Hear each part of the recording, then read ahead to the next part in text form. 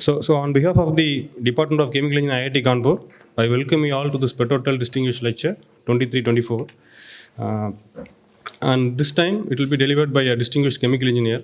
I welcome Professor Ganapathy Ayyappa from the Department of Chemical Engineering, IISc Bangalore, who has very kindly accepted the invitation. Now, I invite Professor Jain Singh, Head of the Department of Chemical Engineering, IIT Kanpur, to say a few words about the Petro Tel Distinguished Lecture, which is organized in Chemical Engineering Department. Thank you, Krishna Raj. The PetroTel Distinguished Lecture Series in Chemical Engineering at IIT Kanpur has been made possible by an endowment from Dr. Anil K. Chopra, who did his BTech from here, IIT Kanpur, in 1976, PhD from University of Houston in 1982, and later on he created a company that's called PetroTel Inc., and he was the president and chairman of that. That's situated in Texas, USA. So Anil received IIT Kanpur's Distinguished Alumnus Award in 2010 for outstanding entrepreneurial contribution in the field of petroleum, software, and energy. Anil's entrepreneurial skills eventually led him to start PetroTel Inc. in 1999. His company's vision was to help find major sources of hydrocarbon in India and across the globe using the latest technology available to only a few multinationals. One of the first consulting projects of Anil and PetroTel in India was the seismic interpretation of Reliance onshore and offshore blocks, leading to the biggest discovery of gas in India. PetroTel helped Reliance put together the very first field development plant of Dhirubhai field. Today, this field produces over 1 billion standard cubic feet per day of gas. Rumors has that Dhirubhai offered Anil a position of Reliance, which of course Anil politely turned down. Anil's works led to another giant discovery in the KG Basin in India, which is the Deen Dayal field today. Anil's PetroTel is recognized worldwide as an industry leader in oil and gas field consulting in the areas of enhanced oil recovery, reservoir characterization and simulation, coal bed methane production and exploration technologies. This distinguished series till date has had 10 speakers and very well-known chemical engineers in India. Started from 2004 and 5 by Professor M.M. Sharma, who I'm sure that everyone knows is from UD City, Mumbai. Then K.S. Gandhi, IISc Bangalore. Professor J.B. Joshi from University Mumbai, Dr. S. Shivram, NCL Pune is again a very well-known polymer chemical engineer, followed by former director of IIT Madras, M.S. Anand, then former DGCSI BD Kulkarni, NCL Pune, former DST Secretary T. Ramasamy, then Vijay Raghavan, Secretary, former Secretary of DBT, former Director of IIT Bombay, Professor D. Khakkar, and current VC of UDCT, Professor Anirudh Pandit from ICT Mumbai. Then we had also been speakers from industry. L&T, Mr. Krishnamurthy Venkatraman, he spoke. He was a speaker in 2015-16, followed by Professor V. Komaran from IISc Bangalore. And last year we had Rahul Gautam, CMD of Sheila Foam. This year, PetroTel speaker is Professor Ganapathy Ayyappa, who adds further distinction to this series. I now invite Krishna Raj to introduce the distinguished speaker. Thank you. Thank you, Professor Jain.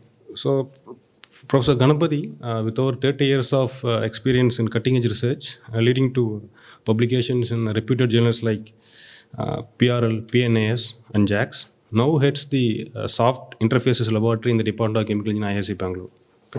Professor Ganapathy obtained his bachelor's degree in Chemical Engineering from Mangalore University in 1984 and MS and PhD in Chemical Engineering with a minor in Mathematics from the Department of Chemical Engineering and Material Science at University of Minnesota in 1992. Professor Ganapathy has held visiting positions at the University of North Carolina, James Franck Institute, University of Chicago, and the Department of Materials at ETH Zurich. He is a fellow of the Indian National Academy of Engineering, National Science Academy. His interests lie in the development of molecular understanding of structure, dynamics of molecules at the nanoscale, using molecular simulations and statistical mechanics. His current interests lie in the area of biological membranes and membrane-protein interactions, implicated in the bacterial and viral infections, and cellular signaling and dynamics at the nanoscale, which I hope we will discuss today. I now invite Professor Ganapathy Ayyappa to deliver the Petro Tel Distinguished Lecture 23-24.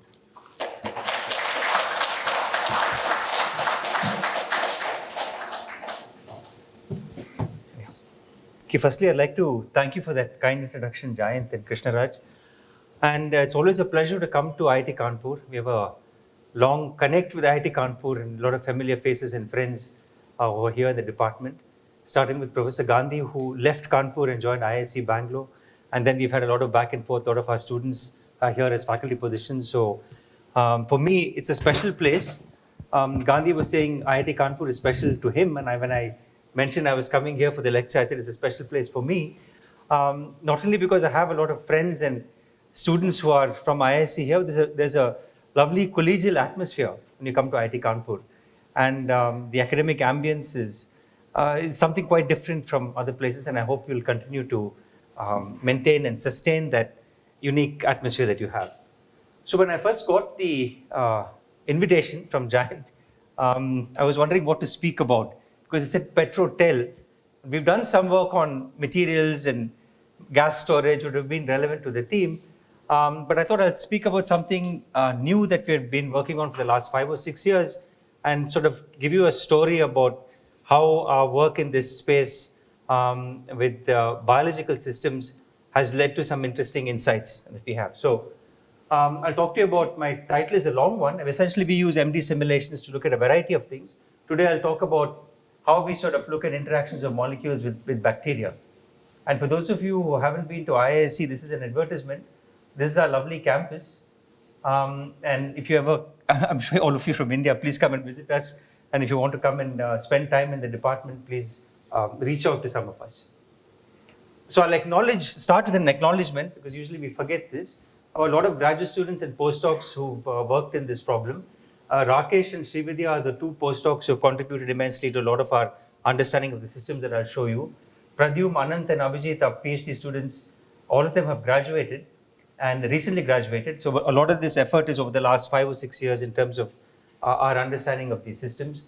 I have very close collaborations with my faculty, Joydeep Basu at IISc Physics and Sudeep Punatharam, and I'll share with you some of the insights that we've obtained on these systems with our collaborations with them.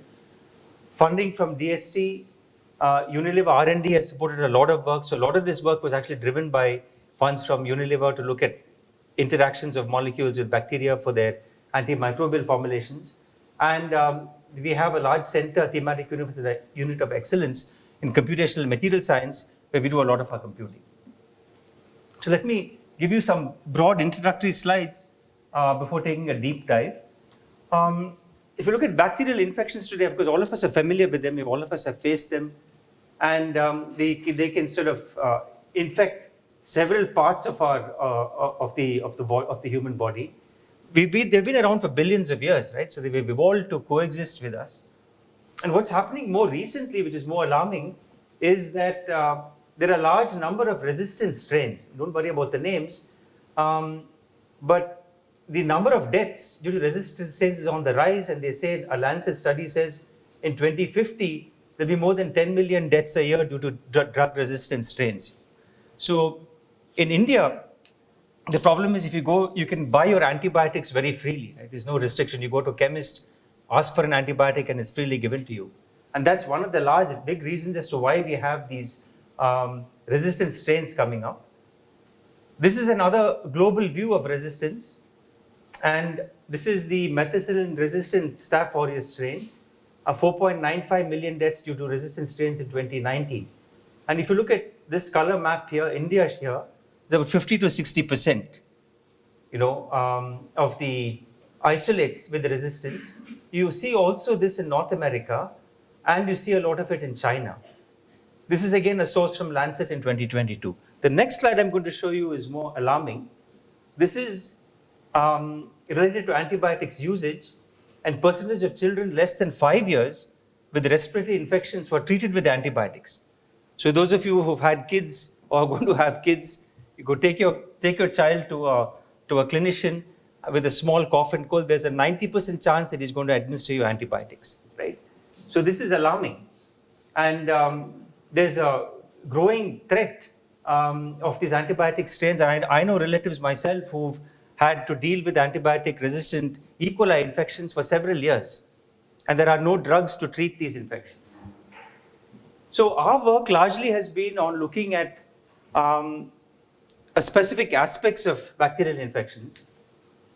On this side, we worked on this problem for the last 15 years. I won't be talking about this, but a lot of bacteria infect us by releasing what are known as spore-forming toxins. So these are proteins that are released by bacteria, which when seeing the cell membrane or the plasma membrane, they bind to it, oligomerize, form these large pore-like structures, and infect the cell, essentially lyse the cell and cause infection. So about 30% of bacterial infections are mediated in this route. More recently, we've been looking at, maybe I'll stand on this side. More recently, we've been looking at the bacteria themselves, and trying to understand from a molecular level what is the architecture of the bacterial cell envelope. One knows the topology of this, and I'll sort of walk you through the complications of trying to understand this at a molecular scale. And our goals here have largely been to look at translocation of antimicrobial molecules, essentially understand how actually molecules transfers through these complex layers of the bacterial cell envelope, and try to relate this to rise of antimicrobial resistance. We've just started working on this area, and at the end I'll sort of try to draw some connects with some of the experiments that are being done in my collaborators' lab. So the challenge to us really was when we started looking at this system, is can we actually build these models with some reliability and look at the interactions of these different layers with different molecules. Now, what motivated us to do this largely was the Unilever is trying to sort of come up with antimicrobial formulations, largely under pressure from regulatory authorities in North America and in Europe. So the regulatory authorities would indicate, look, you need to stop using these particular chemicals, and then for them to rapidly test the translocation of molecules and use this as a device to design new molecules was largely the goal. So I'll sort of walk you through our journey of actually trying to develop these models, test these models, and see what the outcomes are.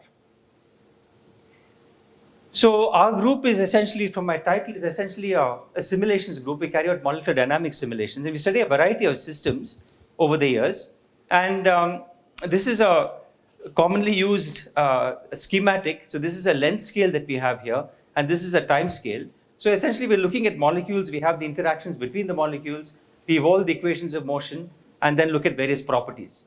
So typically, the time scales that we simulate in this sort of scheme lies in the range of a few microseconds to maybe tens of microseconds at most with today's computing power. Now, inputs into the MD simulations are force fields which come from quantum calculations. When we're looking at larger systems, we're looking at a viral assembly or large pore complexes, then there's also what are known as mesoscale simulations. So these are essentially simulations where you take several atoms that are in a molecule, group them into beads, and try to sort of have a coarse-grained representation of the molecules. Now, what we have when we look at MD simulations, typically we're looking at a few nanometers in length scale, and typically hundreds of nanoseconds up to a microsecond, as I mentioned, in time scales. Earlier, maybe about 2 decades or a decade ago, you couldn't do measurements unless you did some things like atomic force microscopy or cryo-EM or X-ray to give you this sort of resolution. But now there are several light-based techniques. So those of you interested in this, it's a fascinating field. These are super resolution techniques based on optical methods, which can give you resolution up to 50 to 100 nanometers. Right? So you can actually now start to tag the cells or the organisms that you're looking at and actually look at dynamics at these length scales, which is coming closer to the length scales that we'll actually look at an MD simulation. So those of you who do these techniques will realize that this is a very powerful tool to connect with experiments. And it's a very exciting time. So these are some of the collaborators I have. Joydeep does a lot of super resolution STED-based experiments, and not only looking at the structure at these length scales, but also looking at the dynamics at these scales. So you can actually see how molecules move and then correlate it with the simulations. I have another colleague of mine in chemical engineering, Rahul Roy, who is again a turf-based single molecule. He tracks single molecules using these optical techniques. Again, a very powerful tool.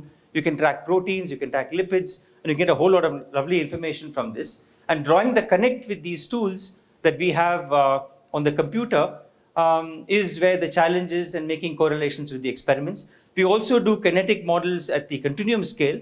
I won't show you much of that today. I'll largely focus on our work that we've been doing at the atomic scale. So as I mentioned earlier, for those of you who don't know what molecular dynamics, a quick primer. Essentially, you take molecules, you want to study how they interact. So you have a force field, which is obtained from some potential, usually a conservative potential. You integrate or you take a derivative of the conservative potential, you get the force on these particles, and you evolve the equations of motion. And the potentials can have various interactions as detailed as you want in the molecule, right? Typical time step, useful to remember, is this 2 femtoseconds. Right? So you're evolving these equations of motion. The time steps are very small. If you have a large number of atoms and molecules, you realize that you'll have to integrate these for several time steps to get up to hundreds of nanoseconds or a microsecond. On the experimental scale, you have low resolution dynamical data. Again, don't worry about it if you're not familiar with these techniques. I'll show you some results as we go along. You also have high resolution structural data, right? Using X-ray or cryo-EM, AFM, and so on. And super resolution in some sense bridges these two, right? It gives you high resolution structural data and high resolution dynamical data as well. And the connect finally is with relating this to the MD simulations, okay? So that's what we're after. So coming to bacteria, let me sort of give you a brief introduction of the two broad classes of bacteria, because their molecular structures are different. The cell wall architectures are different. Now, this is a gram-positive cell wall. If you look at the inner membrane, it's a plasma membrane, which architecture is very similar to the plasma membranes that we have on our cells, right? It contains lipids, which form this bilayer phase. Of course, there are proteins and so on in the cells, but they don't have cholesterol. Unlike plasma membrane, there's no cholesterol in the bacterial inner membrane. And then there's this layer of sugar and peptides called the peptidoglycan layer. I'll give you more details as we go along. So there's a thick peptidoglycan layer, and this would be about 4 to 5 nanometers. This could be about 8 to 10 nanometers in length. The gram-negative cell wall, which is E. coli, for example, is quite different. It has an inner membrane architecture similar, although the compositions differ. It has a peptidoglycan layer, which is much thinner, right? And it has an outer membrane, which has these lipopolysaccharides, is not drawn to scale, which has a bilayer and a large sugar brush, a polymer brush, which sticks out, which offers a lot of resistance. So these are the two broad classes of bacteria. And you can see they're topologically different, the compositions are different, and the interactions with molecules also are different. So I'll walk you through some work that we've done with the gram-negatives as well as with the gram-positives. Again, to give you a little more detail, because I want to talk about this, I want to sort of run through this with you again. This is a schematic showing various components of the cell wall. Let's talk about the inner membrane. They basically consist of lipids. And these are the kind of lipids that we have. Interestingly, they're all well matched. There's C18, 18 carbon atoms on the tails. And for those of you who have worked with surfactants, these are very similar to surfactants. This has a charged or a neutral head group and a hydrophobic tail. So hence they would self-assemble, right, into these lamellar phases which form these bilayers. And you have a glycerol and cardiolipin, which is an interesting lipid which has 4 tails, unlike the 2 tail lipids that we have in our plasma membranes and which are present in the bacterial inner membrane. The second part, which is important, is the gram-negative outer membrane, and this I want to spend some time with. These are essentially lipids that form the bilayer, but then you have these sugar moieties attached to the outer head groups. And these sugar moieties are complicated. So this is where the challenge comes when you start to study these systems. You have the inner lipids, you have the saccharides, which are sugars, which are highly charged, and they're neutralized with calcium or magnesium ions. And you have an outer O antigen, which sticks out here. So this is the large architecture of these membranes, so to give you an idea of the complexity of the systems we're dealing with. These have been visualized, so you can see the different layers using various cryo-EM and TEM measurements. More recently, this is a textbook changer. There's been a lot of nice work done at Oxford by atomic force microscopists who have actually measured the surface texture of the cells, right, of the bacterial cells. And what they find is this is an image, an AFM image, and you find a lot of pore-like structures. It's known that these pores exist on the bacterial outer leaflet because they help to transport ions and nutrients through into the bacterial cell. So what they find here is that it's replete with these porins. This is not known before. In fact, the pictures that I showed you earlier are textbook pictures. We did not actually show these porins in great detail. But you find that these pores are of high density on the membrane. And here's a molecular view of the pores. You find that these three pores in this particular architecture stick together. These are the lipids that I showed you earlier. You have these porins sitting here. So we've started looking at some work where we're trying to look at translocation of molecules to this porins. There's a fair amount of work on looking at antibiotic transport. So there's a lot of research on trying to understand which antibiotics would go through, which antibiotics won't, with different strains. So there's a lot of information there. We're looking at peptides and other molecules like surfactants, where there's very little work done on how these molecules could possibly transport through these porins.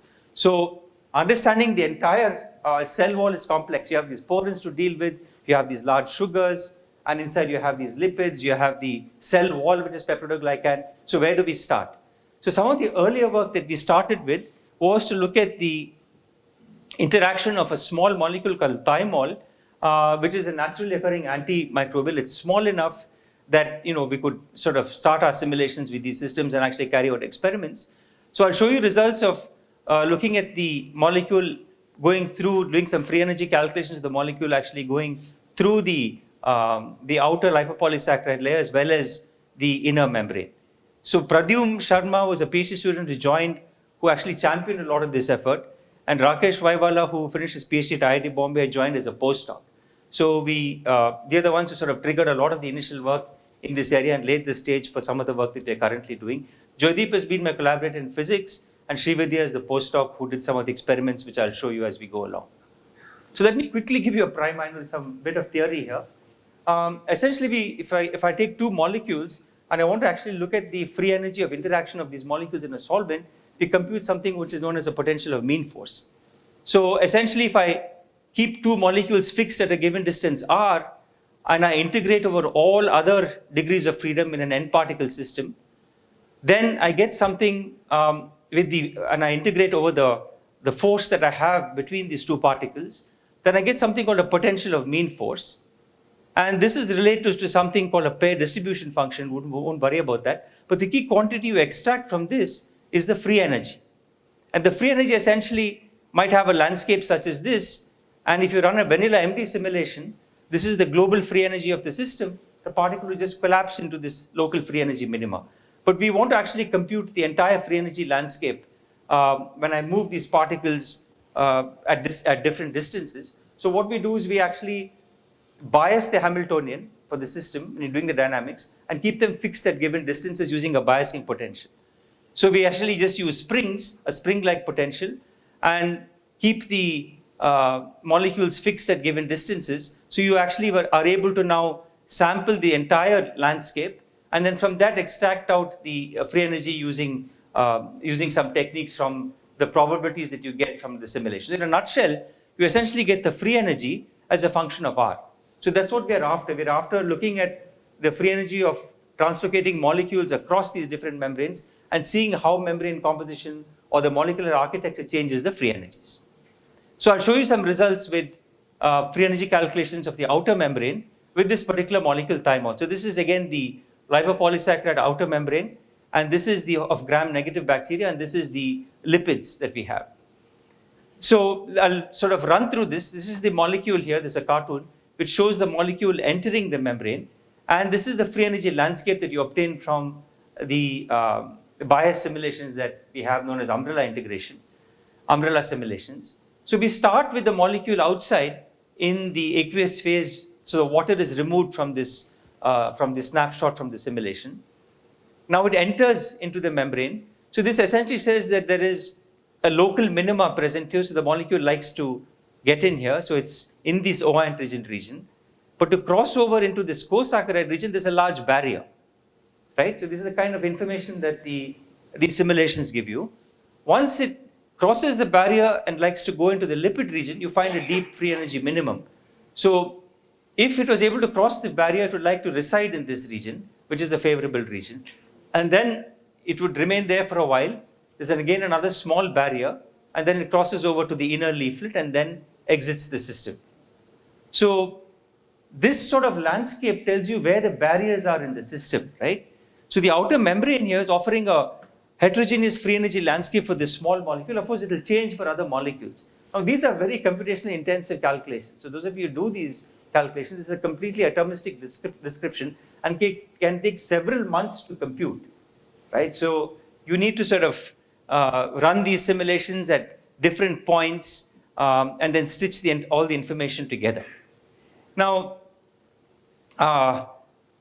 do we have experimental evidence which will support these findings, right? So this is where we go to the Joydeep Basu lab. So what we've been doing is, we've been using these systems to study a lot of our interactions with other proteins that we've looked at with membranes and so on. We have these supported membrane systems which they use in the lab, right? So these are actually created using a process known as Langmuir-Blodgett. But in the end, what you get is a bilayer architecture on a surface, which you can design using polymer cushions or plain glass substrates. And then you put these on a microscope. And then using a confocal, you can actually start to interrogate various entities that are on the membrane. You can tag lipids themselves because we're interested in the dynamics of these lipid molecules. So you can tag and see how these molecules move. You can tag proteins again and see how these protein molecules move. So this is the kind of information you get. If you're using confocal, then your resolution around 250 to 300 nanometers. But if you're using super resolution techniques, as I mentioned, you can go down to 35 to 40 nanometers. Okay, so that's the kind of scales that you can look at. So let me show you what you can get. And for chemical engineers, this is diffusion. Okay, so I want to sort of run through a diffusion sort of technique that is used in these 2D systems and very powerful techniques. So this is called fluorescence correlation spectroscopy. So what you do is you have a spot here, fluorescent spot, a confocal spot here, and you have fluorescently labeled molecules which essentially would diffuse on the membrane on the surface here. And the moment a fluorophore, a tagged molecule enters the spot, the intensity of fluorescence increases, right, from the background. So as these molecules diffuse in and out, you have the intensity of fluorescence intensity fluctuating back and forth, right? So you have this information. You can correlate this information, and with a little bit of theory, you can relate it to a diffusion coefficient. Omega is a length scale here corresponding to the width of the diameter of this focal spot, and you can actually get these by calibrating it with known diffusion coefficients. What you get is this time correlation function, which looks like this. And from the decay of the time correlation function, you get a time scale which you can connect to the diffusion coefficient. So the more rapidly it decays, you'll get a fast diffusion or a high diffusion coefficient. And the more slowly it decays, the diffusion coefficient is slow. So this is a very powerful technique, very widely used in biology. The challenge for us is to create membranes which mimic the bacterial cell composition, right? So we started out with looking at the inner membrane. These are easier to create in the lab using the supported membrane techniques. So this is the inner membrane bilayer. And this is the free energy for translocation of this thymol molecule inside into this inner membrane bilayer, and it's favorable, right? You see the molecule can enter. There's a nice free energy minimum here, and there's a small barrier for it to escape. Now, if you look at the molecules, the yellow molecules are the final points of the molecule started with the blue molecules at the initial positions, and these final positions indicate that the molecule likes to remain in this particular region well within the bilayer. Now, we can actually measure lipid dynamics from our MD simulations, and the lipid diffusivity increases as you increase the thymol concentration because it loosens the membrane up and the diffusivity goes up. What do we get from experiments? Again, these are the FCS experiments using similar composition membranes, and what you find is that there are changes in the diffusion coefficient as you increase the concentration of thymol, and if you actually compute the lipid diffusivities, this is what you get. In the absence of thymol, that is, in the absence of adding this molecule onto the membrane, these are the diffusion coefficients that you have. typically around 2 micrometers squared per second. Once you add thymol, the entire diffusion coefficient shifts, indicating you've loosened the membrane up, it increases the area per head group, and the lipid diffusibility is increased by a factor of 2. These numbers are larger though. You see a factor of 5 here, goes up to about factor of 10. These numbers are larger because these are supported bilayers. And in the experiment, these are supported bilayers, and in the simulations, these are freely standing membranes. But if you do these experiments with vesicles, then we get very similar numbers compared to what we obtained from the simulations. So the simulations are fairly accurate, not just qualitative, but also quantitative, provided you be able to make comparisons with appropriate experimental systems. Now, outer membrane transport becomes a problem, right? So creating these complex asymmetric membranes, using experimental techniques is a challenge. So Srividya spent a lot of time with this, and she was able to actually make this supported bilayer platforms using a slight variant of the Langmuir logic known as Langmuir-Schaefer. And how do you know you've actually made these films? You have to do X-ray scattering to measure the thickness of the films to indeed indicate that you've obtained and actually made these films in a reliable manner. So here what you find is, when you add this small molecule in the experiment, you find no change in the diffusion coefficient, right? So you've tagged the molecules in here, and using these as markers for diffusibility, you find no change at all, indicating that there's a large barrier, and you can loosen the barrier by adding a few more lipid molecules here while preparing it to indicate that the barrier can be broken by flipping lipids in here which wouldn't normally exist. So the bottom line here is that these experiments sort of help us correlate with the barriers that we observe in the free energy simulations. So that's the first part. I'll move a little bit here to look at interactions of, in this part, look at interactions of molecules and small molecules with the inner cell wall. Okay, so this peptidoglycan mesh-like structure is a single molecule which actually encompasses the entire cell. And looking at developing models for this was the challenge. So this is where Rakesh, my postdoc, spent a lot of time in actually building these models, coarse-graining them, looking at them at the atomistic scale, and trying to understand binding and translocations of molecules in this system. So again, there's a lot of structure here, but the bottom line is it's a mesh-like architecture. And this is what provides rigidity to the bacterial cell. And there are drugs which actually target the synthesis sites of creating this mesh and network, right? So this is what we have from the simulations, but this is what it looks like. You have a sugar strand, and you have peptides which actually, which are the yellow thingies here, which interlink these strands, right? So the bottom line is we've been able to develop models of this peptidoglycan cell wall. And here is an MD simulation of, you run the simulation to make sure everything is stable and that things don't fall apart. There's a lot of experimental data on the structure and the properties of these, of the mesh. And you make sure that the simulations that you finally get and the data that you get correlate well with the experiments to indicate that these are indeed reliable models. So you can actually look at the electrostatics, and here is a difference. So you can actually look at gram positives, gram negatives, look at a lot of very detailed information. So I'm just going to give you a quick snapshot here. This is a gram positive, the charge density. You can see this is very low. The numbers are 0.01, 0.01, and so on. Here the numbers are 0.1, so about an order higher in terms of electrostatics. This determines a lot of the interactions with molecules. So you can actually, if you have the chemical makeup of a given strain, then you can get this sort of very detailed information. Okay. So here is an example. There are a lot of molecules which, the earlier molecule that I showed you was like a little benzene ring with some things attached to it. This molecule is more complex. It's a peptide, with a sequence of amino acids, and these are known as antimicrobial peptides. Okay, so melittin is a commonly used peptide which is expressed by bees, and the architecture is such that a lot of these small antimicrobial peptides have a positive charge. Now, these have a secondary structure to it. So this is a structure which is helical in nature. So when these bind to the membrane, the idea is to actually find out what is the interaction binding of these membranes. Again, what is the free energy for binding? and whether these undergo any conformational changes, right? So this, this little thingy here sort of illustrates that it's initially in a helix, that is the brown, the shaded region shows it's in a helix.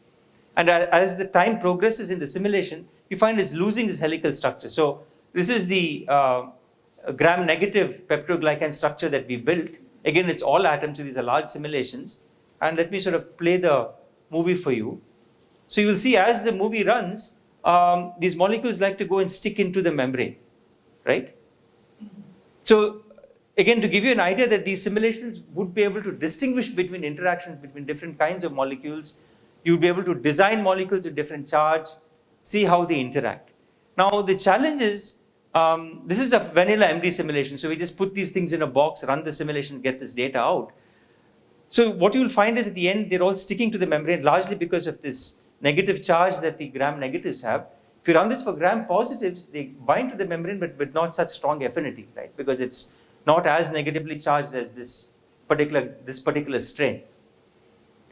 So when we started looking at this, the challenge when you do the calculation is to be able to actually capture any secondary structure transitions that take place when this molecule starts to interact with the membrane. So we've been looking at a lot of our earlier work on proteins and membranes, where you have a lot of secondary structure changes which take place when these molecules actually bind to these surfaces. So the challenge is how to go about doing this. So we've been working with my colleague Sudeep, who does a lot of free energy calculations on several systems for nucleation and so on. So we had a joint student, Abhijit, who worked with us. And let me give you a quick primer on this and how this calculation is carried out. So this is a simple molecule, alanine dipeptide. Okay, it's a small molecule which undergoes a structural transition. Okay, so we're changing gears a little bit here. We're looking at more detailed free energy calculations and how do you actually sample transitions when a molecule goes from state A to state B, right? So this molecule it's a small, simple molecule, a test molecule. It has certain angles it likes to sample. So what is the free energy associated with these specific angles is the question, okay? So this is a method which is actually, has been used before, but we have a variant of it that we've developed, which is based on, the kind of umbrella sampling that I showed you earlier. This is the free energy landscape, which you can actually obtain from this simple molecule using other techniques known as metadynamics. So you know exactly where the minima are for the system. So in the string method, you start with a location, a path. So the idea is, given this free energy landscape, what is the path that the molecule takes when it transforms from one state to the other, right? So we're looking at a minimum energy path or a minimum free energy path, right? And that would be going through all the valleys, the saddles, and landing up in another valley. So since we know where the valleys are, or the two minima are, the string essentially starts with this location. And let me just play this movie for you. And we evolve the string using, again, bias potentials. Let me see if I can get this to play. Yeah, so you can see the string evolving. It starts out with this initial position, and you see it beautifully falls into, captures this minima, there's another minima there, goes over the saddle and drops into this minima, because we've pinned it at these two states here, right? And from that, actually, we can get the free energy. So this minimum here corresponds to this global minimum. There's another local minima there, which we capture here, and there's another minima here, which we capture here. So this method basically will allow you to actually sample a complex free energy landscape, give you the path, a transition path, and also give you the free energy, right? Now, what's more complicated for us is, I'll skip the equations on the left, is getting, there we use the angles, right? We plot the free energy in the function of these two angles. But now when you look at a protein which is more complex, there are other techniques that we've used, but the bottom line is, if you start with this particular protein, which remains in a helix and then transforms to this beta sheet, spontaneously transforms to the beta sheet, this is a G protein. So we were able to capture the complex landscape associated with this transition and also see how the transition actually takes place from one secondary structure to the other, right? So with this tool, the idea was that let us try to look at how these transitions takes place for these peptides in the membrane. So membrane transitions are ubiquitous in nature, they are much more complicated to handle, right? Because you have now, in addition to just these molecules being in a solvent, you have these molecules now entering a membrane, and not only do they enter the membrane at different distances, they're also undergoing secondary structure transitions as they enter the membrane. So what is the exact path and what are the corresponding changes that take place is what we set out to look at. So antimicrobial peptides is another large phase space, so to say, of search for molecules. So I'll give you an example here. So there's a lot of work being done on trying to look at antimicrobial formulations based on these peptides. But the challenge is, if you're doing this in silico, is to actually study how the molecule would behave in solvent, how does it change when it enters the membrane, and what orientation does it take in the membrane, right?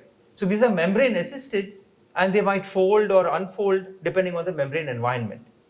So this is a calculation that we've done recently, which is not yet published, but let me sort of walk you through this. So this is the free energy landscape that we have, and the variables that we have are the distance of, this is the membrane, and this is the solvent. It's the distance of the center of mass of the peptide from the center of mass of the membrane. So we know that the molecule is moving into the membrane. At the same time, it's undergoing some conformational change. So I have two variables. This is the indication of the helical content.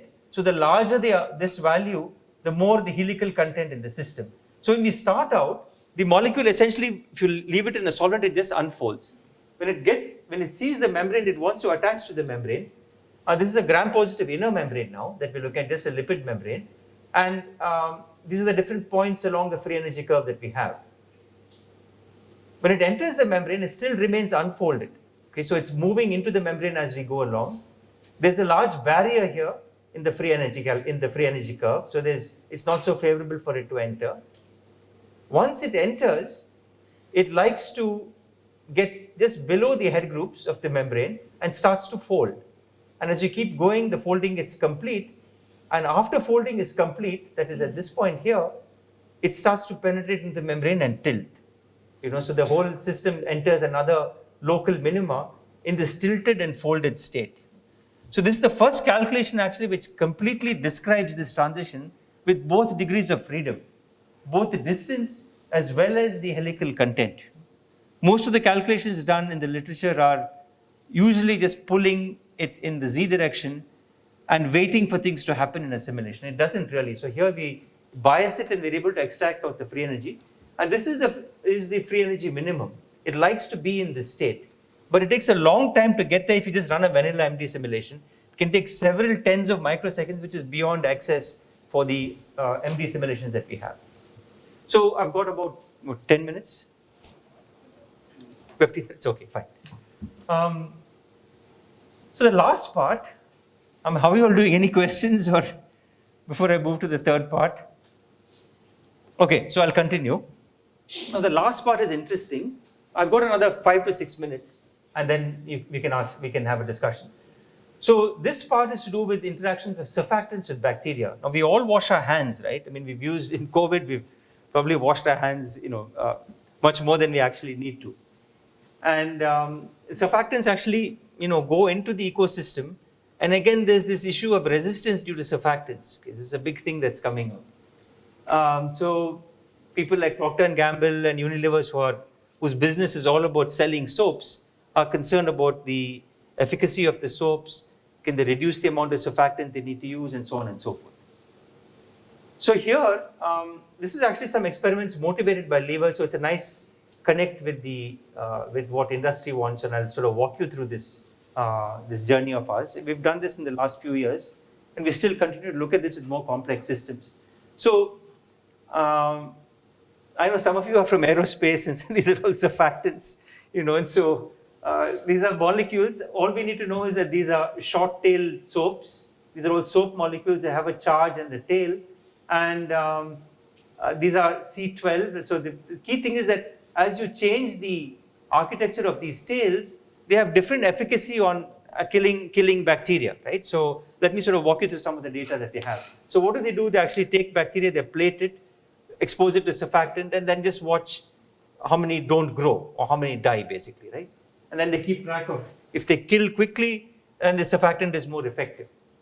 So they have something called what is known as a contact time kill data, and they basically, this is a measure of the number of bacteria that are there on the plate.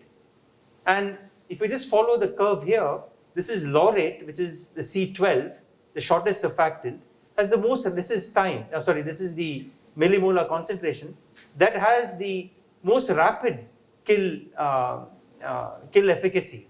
I have data versus time as well, which I'm not going to show you.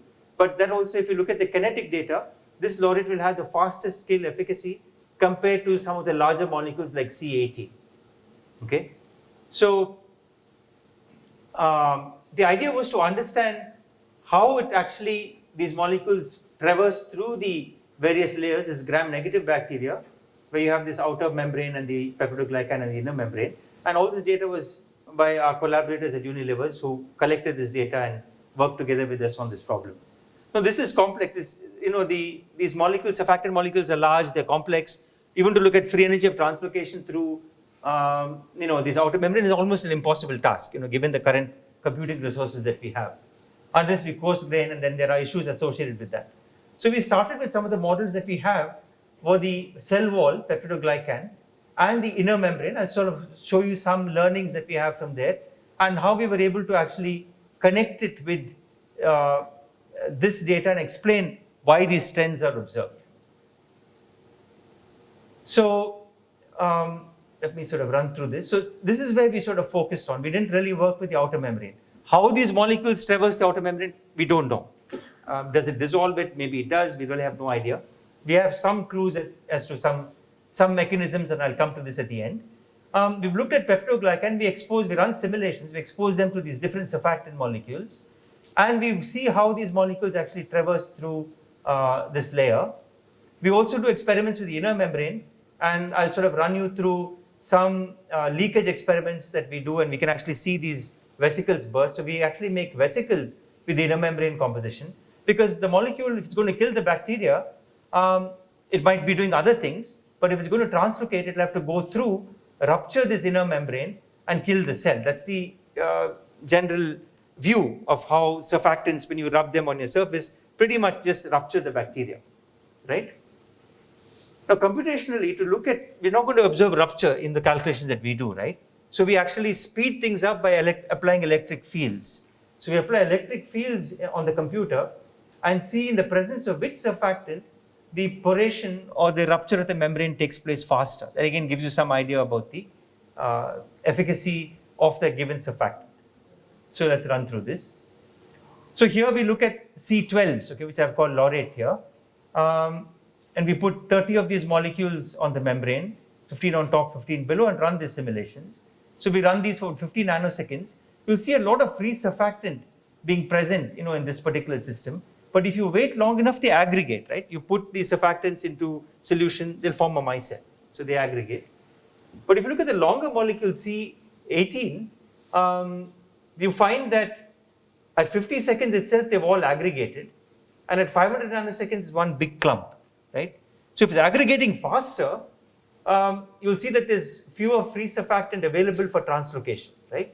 And this is to do with the critical micellar concentration and so on. This has a lower CMC or critical micellar concentration. That is, it can aggregate at lower concentrations compared to the shorter chain molecules. So we run the simulations for different systems. It's a little busy, but let's focus on the red and the oleate, that's the yellow at the bottom. So this is the size of the aggregate. So when I say 30, I have 30 of these individual molecules floating around. But as time progresses, the aggregate would basically become one lump, right? So you find this, the red decaying much, much slower compared to the yellow. So the yellow is aggregating much faster compared to the shorter laurate molecules. And you can see that in the simulations as well. Now, there's much slower aggregation. And as a result of slower aggregation, the number of times they actually go through the membrane are much faster. So you find a larger number of translocation events for the smaller molecules compared to the longer chain surfactant molecules. So that's the broad takeaway here. Now, there's another very important aspect to membranes is there's a mismatch and a match tendency, So if you look at a lot of our plasma membranes have proteins in them, and the proteins are beautifully matched because of the size of the lipids match the protein, so they're very stable in there. If there's a mismatch, the proteins are not going to be stable. So the same thing happens with surfactants. These molecules, as I showed you earlier, are all C18. So if you start putting in surfactants which have a large mismatch, then there's something known as a hydrophobic mismatch. The shorter tail C12s have a larger mismatch compared to the longer tail C18s, right? So you find that the laurates, which have the higher kill efficacy, have a greater mismatch. So again, this is something that you can quantify, and indeed we can show as an increasing tail length that the hydrophobic mismatch is the highest for the shorter tail surfactants, and then the mismatch actually gets less, and the matching is better for the longer tail surfactants. What does the mismatch do? It actually thins the membrane, right? If I have a shorter tail molecule with longer tail molecule, there's a tendency for the membrane to thin. So blue means greater thinning. This is the membrane without any surfactant. When you add surfactant into the membrane, the laurate, which is the shortest molecule, has the greatest amount of thinning influence, right? So if it's going to thin the membrane more, it's very likely to rupture more and kill the membrane at earlier concentrations. So if you look at the thickness ratio again, laurate has the lowest thickness ratio, indicating that the thinning is the greatest. Okay. Finally, again, this is information that you would expect, right? I mean, if I have a shorter molecule, there'll be a greater mismatch and so on and so forth. So we did electroporation experiments. What is the tendency for it to porate, right? So what we do is we apply electric fields on the membrane and actually monitor on the computer the area of the membrane, as you apply the electric field. And so you'll find that at some point, if you wait for a few nanoseconds, so these are rapid simulations, there'll be the area of the membrane increases rapidly, and there's a water channel that forms in the membrane indicating that it's porating, right? And this will just grow with time, and you can actually compute the rates and so on from here. So if you look at we put a small field, of course you play around with the field that you have, and there's a lot of work done on this with other systems, but we wanted to look at the effect of surfactants.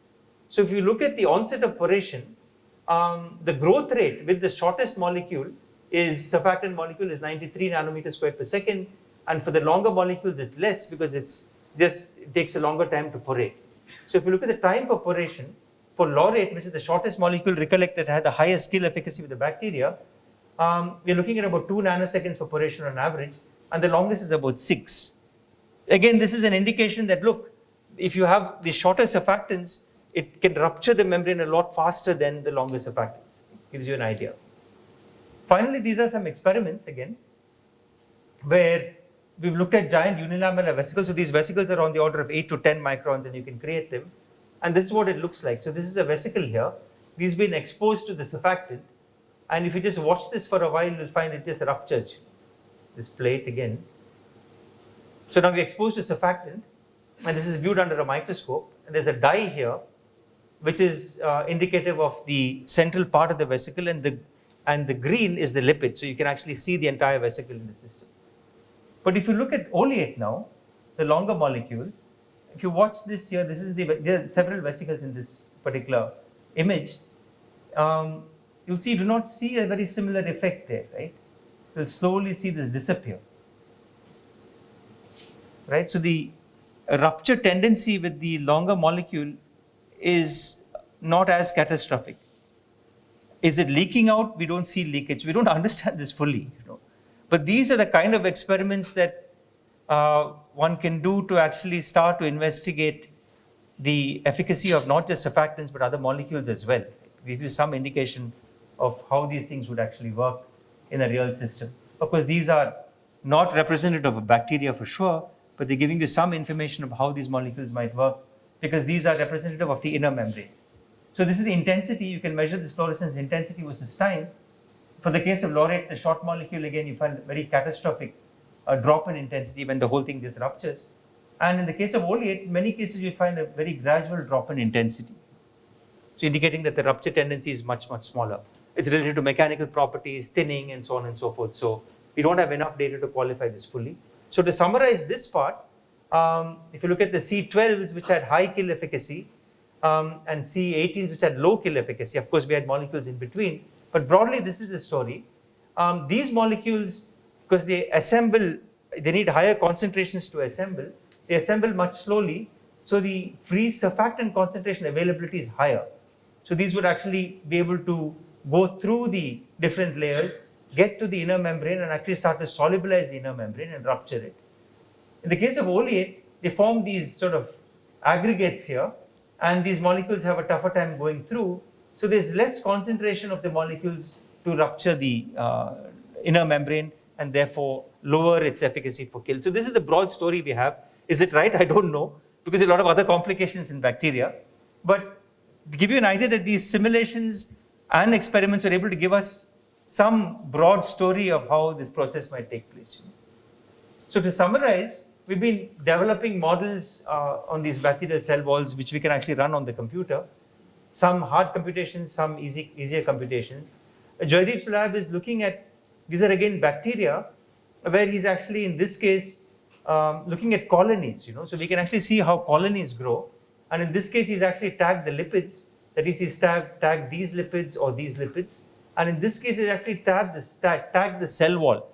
So you actually have fluorophores which tag the cell wall, which you can track. So there's a wealth of information there. Okay, so this is data is just coming out.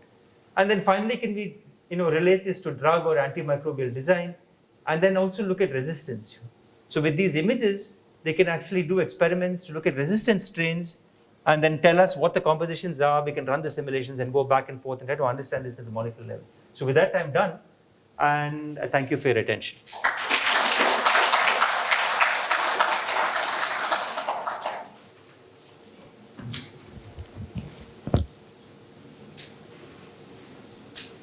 I'll be happy to take questions. So I thank Professor Ganapathy for his wonderful talk. So I'll now open the session for the questions. So we'll start with students now.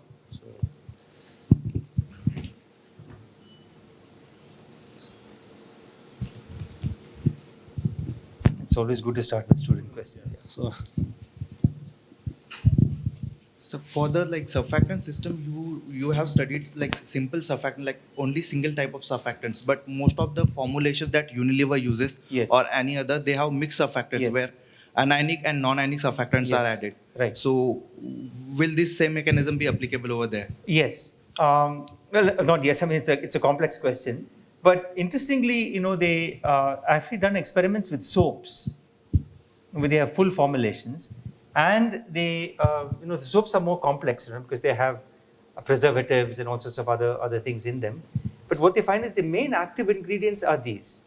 Either a laurate or an oleate are the main active ingredients. So when they isolate the active ingredients and actually do clean experiments, they find very similar trends. So there is a connect between looking at these systems the way we did.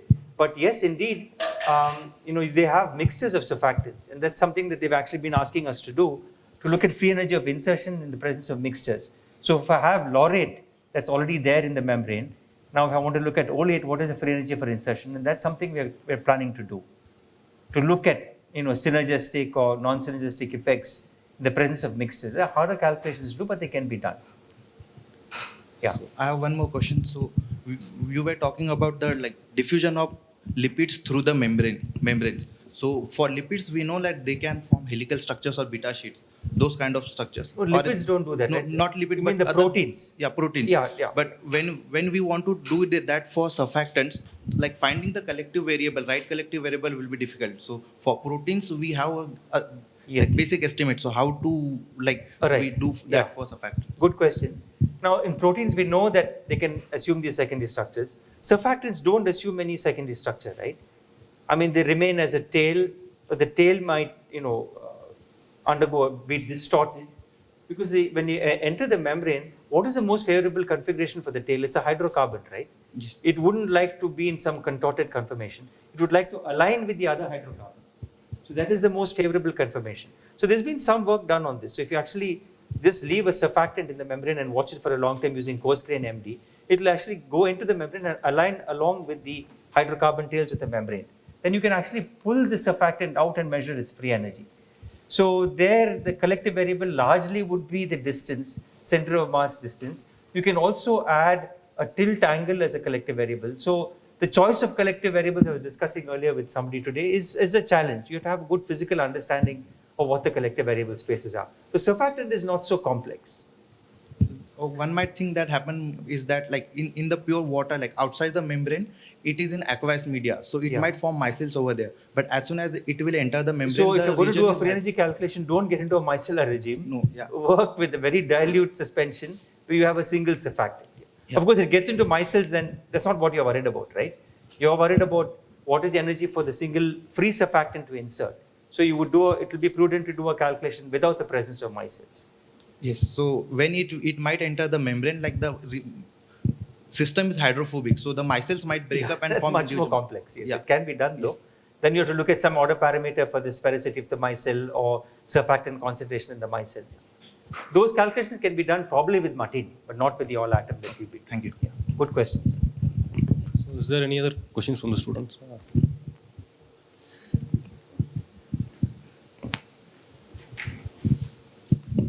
So I am interested in how do we actually identify the aggregates that the surfactants form using the MD data that we get. Right. Yes. So for example, there's some self-assembly that has happened with the surfactants, and another surfactant molecule is trying to enter that aggregate. Right.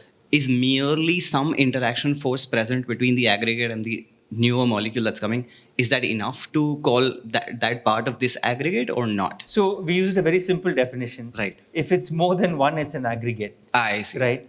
And the aggregate has a lifetime, but we didn't really go into that much detail because the aggregates grow quite fast. Yes. Within tens of nanoseconds, they're growing and they remain stable. Of course, in the real system, you have an equilibrium between the aggregate and free surfactants. Right. But here the aggregates, we take 30 molecules, Right. and over a period of 500 nanoseconds, they're all aggregating. So it's fairly fast, and there's some noise in the data as well. You'll see it's flat for a while, and it dips and so on and so forth. Yes. So we didn't, try to look at the aggregation kinetics in great detail. There are a lot of studies which have done that. I see. But we just define an aggregate. If it's more than one, it's 2. That's the aggregate number 2, and then it grows very, very fast. So for oleate, you'll find that it drops very quickly because the aggregation is very, very fast. Yes. Laurate, it's a bit slower. You have free surfactant which hangs around for a while. Then it starts to assemble. And then it quickly, once it starts to form there's probably a critical size again. It's like a nucleation phenomenon, a critical size where it sort of reaches that stage and then there's a catastrophic growth. Yeah, Okay. so we didn't really study it in great detail apart from looking at the data that I showed you. So, for example, you don't care about the magnitude of the interaction between the new molecule and the aggregate that's already formed? Any interaction? That's also part of the aggregate? It is what we have in the force field that we use. I see. So we that have a doesn't force vary field. with distance or... Oh, it does, yeah. It does, right? Yeah. So if I have an aggregate that's forming and I have to push one more molecule into Yes. it, there's probably a greater probability if the aggregate has reached some critical size. Right. So that is automatically built in. Right. So we don't really put that in by hand because I have interactions between all the atoms in the system with each other. So whatever collective interactions are present will automatically play itself out.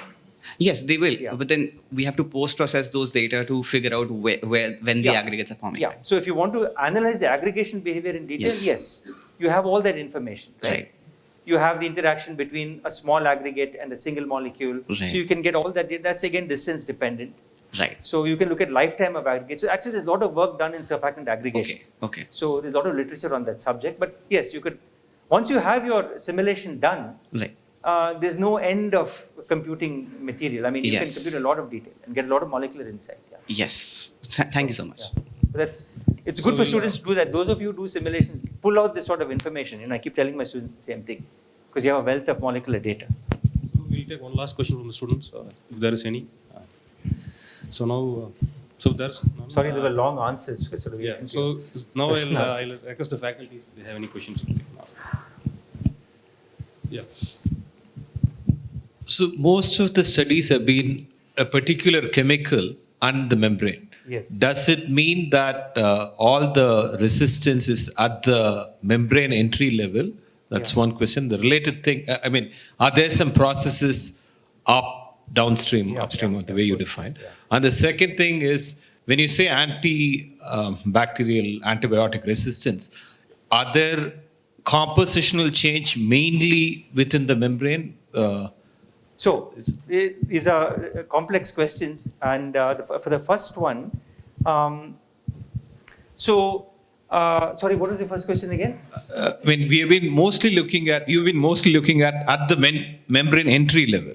Right? Yes, So, yeah, that's right. Yeah. So, because I was thinking of other things. So, what happens is bacteria are much more complex. Okay, these are, what I've showed you is one level of complexity. They have a lot of transporters and pumps. There's something called efflux pumps. And those efflux pumps can go right across the membrane. So, there's a lot of proteins and synthesis machinery which is too much microbiology for us and they're too complex for us to handle. But these efflux pumps actually are various types. There are types which actually go from the inner part of the cell to the exterior and they actually pump out drugs. So, and these efflux pumps are actually created on demand. When they sense bacteria they're like science fiction, you know, when the bacteria feel stress, they actually generate these efflux pumps on demand, they synthesize them and they can push molecules out. So people who have worked on thymol indicate that a lot of the resistance to thymol comes from these efflux pumps. So there are various other mechanisms for resistance, but this is one mechanism. The other mechanism which is sort of well known is for colistin. Again, is gene level. They start to express proteins which synthesize for other types of lipids. So they are compositional changes which make the membrane more rigid, preventing other molecules from coming in. So it's a very dynamic thing, you know. So there are several ways of developing resistance, but you're right. I mean, so compositional changes can take place. The efflux pumps is another complex mechanism. So, and there may be others. There are other things, I mean, you know, which are other methods by which resistance can take place. But composition is one big thing for us to look at. Yeah. And so if you need lipidomics to tell you which lipids are present, and then you can actually run the simulations for them. So is there any other question from the faculty, sir? Yeah, Professor Jain. Oh, wonderful talk. You know, enjoyed. I was wondering about the scale of simulations. You know, we have come a long way from doing a hard sphere to water to now a much bigger membrane and proteins but as you rightly said, there's a lot of reactivity on the surface which we are missing details. You know, as you said that, you know, there's a flux and other pumps starts coming into the picture, which requires different level of modeling. So what is your view on this multi-scale approach within this domain? I want to understand that do we foresee the development going in the right directions where we can integrate some continuum, just the similar way a QMM kind of approach where we can have this you know, multi-scale kind of approach where certain part of this can be worked in a different scale to address this kind of problems which are absolutely large scale. I mean, multi-scaling is a tricky thing as people do simulations, understand, right? So, so what we've done is actually we've tried to coarse-grain some of the lipopolysaccharides. We've done that actually using Martini 3. We discussed this. And that was a challenge for us. We just recently published that work. So we have a full coarse-grain model now for peptidoglycan, inner membrane, and the entire lipopolysaccharide. So we can do them in this reduced framework, so to say. But then the question is, how accurate are they? Now, if you look at the other complexities, I mean, there are a whole lot of proteins and transporters in bacteria. So what we are showing is a very reduced chemical engineering sort of view of the system. So to actually, if you want to study the entire system, it's almost impossible. So you'll have to break them down. That being said, there's some work, we started doing some work on efflux pumps with Sarika Mehra. You know, she works on efflux pumps, right? But we found it to be too complicated because, as you rightly pointed out, a lot of the transport of a molecule is through conformational changes, and that a lot of it is proton driven. There's ADP, ATP, and this proton driven. So again, proton you can't treat classically. So you have to treat it semi-classically. So maybe that's where the multi-scaling would come in. If you're able to actually get this proton transfer correct and then build it into your larger scale motions of the molecule, then you're looking at a multi-scale. So, yeah. So my last comment would be your remark on what is so exciting from the chemical engineering perspective and how do you excite students to take up such a work? Students ask questions, so that's good. The bottom line is that, you know, as chemical engineers, we deal with molecules, right? So for me, a lot of these systems were alien to us, right? But when students come and talk to me and say, look, we have never seen bacteria before, we've never worked on biology. I said, look, they're just molecules, but they're more complex molecules, and a lot is known about these systems. Now, for us to do the engineering study is to actually build in what we have here with kinetics, right? We did a lot of that with the pore-forming protein. So if I can look at kill kinetics, again, there's a lot of techniques that people use to actually take bacterial growth curves, fit them to kinetics. So if we, as chemical engineers, our strength is being able to bridge, doing the transport and the kinetics with this molecular level information. So that's where the excitement is. So it's all doable to chemical engineers. Let me put it that way. So in the interest of time, we'll thank Professor Ganapathy for this talk again. Okay, thank you. Thank you for attending. And for the very detailed answers. I now invite Professor Santosh K. Gupta. Yeah, so Santosh K. Gupta to give a memento to our distinguished speaker. Over to you.